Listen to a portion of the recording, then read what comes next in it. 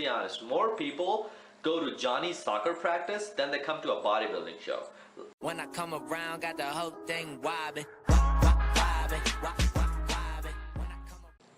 What's up, guys? Hope you're all doing well. Today, here it is, Saturday morning down here in Illinois. I just have a day off, so I went and worked out in the morning, just had my breakfast, and now we're gonna head out. But before I leave, I wanted to make this video about top 5 reasons why you should not compete in a bodybuilding show. Or in another way, 5 reasons that make it really hard to be a competitive athlete. So I'm making this video not because I have a lot of experience in this, because I just competed in my first show, but I'm making it because I'm a regular guy, I'm a full-time engineer, and I do this on the side, and I want the rest of the world to know that this takes a lot of work. And it's just, yeah, like 5 reasons of why you shouldn't do it, and then I'll talk about 1 reasons of why you should. So let's get started. Number one reason that is gonna suck, and that is your social life. So if you have a girlfriend, boyfriend, or like you're something like me who has a lot of friends and likes to go out and eat and enjoy all the other social activities, trust me, that's like the number 1 area that's gonna get affected by you being in a prep.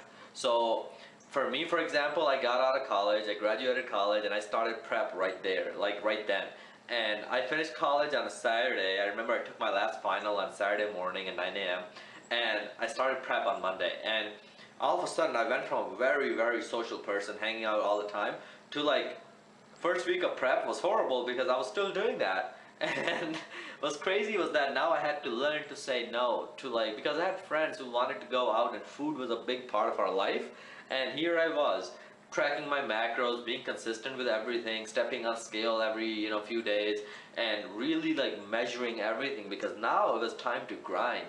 Now I wasn't just eating for social purposes, I was actually eating for a goal and a purpose, and like things were a lot different. So that was the first thing, like the mental switch. And that was the hardest part, saying no to food, saying no to hanging out with your friends. And the hardest part, I guess, like the hardest of that part was that if you tell your friends that, hey, we can't go to that restaurant, I'm sorry, I'm on prep, next time they might not invite you. So those friends already suck, so don't even be part of them. But you get my point. Social life is gonna get impacted. Number 2, family life. So for the first, if you were in high school or you're in college or whatever phase of life you're in, and you live with your parents or live with other people, you realize that now you're gonna have to say no to that food, right? Because the food they're cooking is just to fill them up, just to just for nutrition. The food you were eating has to map your goals. If you're cutting weight or gaining weight or whatever the case may be, your food is gonna have very purpose-driven nutrition. You see what I'm saying? So now you're gonna have to say no to their food. So I lived with my parents for the first 12 weeks of prep, and before I moved out, and it was like, that was the hardest, because your mama cooks food, right? Your family, your dad makes food, whoever, and you're gonna have to say no. And if you're anything like me, whose parents do not understand anything about bodybuilding, they do not get it. Because let's be honest, guys, let's be completely honest. More people go to Johnny's soccer practice than they come to a bodybuilding show. Our sport is not the most advertised and well-known sport in the world. A lot of people that know about bodybuilding usually consist of misconceptions, steroids, and just freaking Arnold Schwarzenegger with his big biceps. Like, if you are just starting off and you're in the beginning of that, that era of your life, it's gonna suck because nobody's gonna understand you besides the 10 friends you have on Instagram. Right? So family life is gonna get impacted because now you're gonna have to say no to a lot of that food that you love, I love. I mean, trust me, that was the hard part. And so number 3, this is the hard one. And the reason I say this is because when you are cutting for a show to step on stage, this is the area that you'll have to be very, very careful in, and that is your work and school. Let's start with school. So if you are a student and you're a full-time college student and you have hard classes this semester, I would encourage you not to compete, because what happens is the whole time you're in this structured diet, or like even flexible dieting. I did flexible dieting, but even that requires a lot of structure. If you are 10 days from, stepping on stage, 2 weeks from stepping on stage, 3 weeks, 4 weeks, like everything has to be on point, right? Like you don't want to fail because you didn't work hard enough, so you were giving it your all. So my point is, school life is going to get impacted via one thing, and that is because you're going to be thinking about prep all the time, and you are in a caloric deficit. You're hungry as fuck all the time. So like, you're not gonna, if you're sitting in an organic chemistry class, or computing class, or statistics class, or calculus class, multivariate calculus, or differential equations, oh man, it messes with you, because first of all, those classes are really hard. Your brain needs all it can use to understand that material, and here you are freaking cutting down calories to get shredded for a show. You see the problem there? You're trying to tackle two problems at once, and your brain is like in this mindfuck zone, and it doesn't know what to do.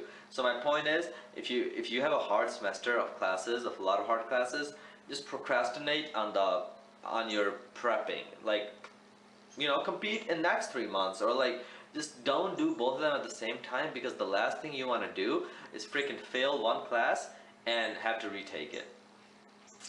Another thing, so I did both. So I was like, I was doing school plus and then I like, majority of my prep was work, so that was even harder. So a lot of your coworkers are not going to understand what you're doing, and you're going to be in a caloric deficit. But to be completely honest, I think work isn't as hard as school is in terms of prep. So, but then, even then, you need a lot of consistency. So make sure you have consistency in your lifestyle. You go to one gym, you're not moving around too much. So like, include those factors into the thing.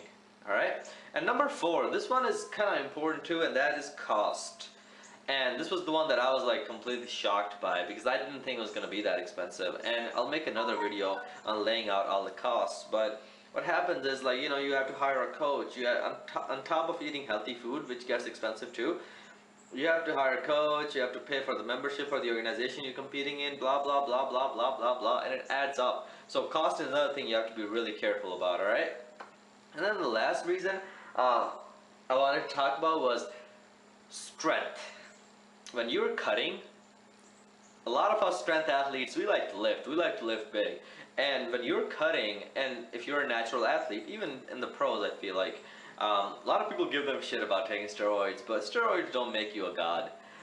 You still have a lot of shortcomings. So if you're let's stick with natural athletes, because that's what I assume a lot of my audience is. So if you're a natural athlete and you are competing and you're cutting calories, you're in a caloric deficit, bro or girl, you're gonna lose strength, and you're not gonna be able to lift as heavy, and that's gonna suck, because that takes a hit on your ego, because here you are looking lean and mean. Everything's looking good, but then you go to the gym and you try deadlifting 400 pounds, and shit, that was the weight you could do easily, and now the bar doesn't even leave the ground. So here you are, left kind of sad. So these are the top 5 reasons. Number 1 was your social life. Number 2 was family life. Number 3 was you're not going to be as effective in school and work. Number 4 was cost, and number 5 was strength. So, oh man, I hope by now I have talked you out of it. But if you're still watching, that means there's still something in you that wants to compete, and trust me, I was the same way, and I would still compete again. I will do it. I'll put myself through that pain just because I want to do it. So the only reason that you should do it is because you want to do it. You really want to do it. You really want to step on stage in front of 200 people, take your shirt off, take your shirt off, and you want to show off your hard work, your 18 weeks of constant sacrifice. And if that's you, man, you got the reason to compete. You should compete. That's why I compete. That's why I look forward to that day, because every time I step on stage, I overcome fear. So first of all, like on this first show, I had a lot of fear. So I'd never gotten full body tan before. I'd never shaved like my arms before. Oh man, there's so many. I never stepped on stage shirtless before. I'd never posed in front of 200 people before. So all these fears, all these different phobias that you have inside your head, you can just tackle with one action, and that is making the decision to compete. So do it if you really want to do it, because there are 5 other reasons of why you shouldn't do it. So I hope you guys found this video helpful. Comment below, hit me up in the email, Instagram. Yeah, let me know if you guys have any more suggestions, or what are your reasons to compete. Please comment below. I would love to see them. Until next time, I'll talk to you guys later.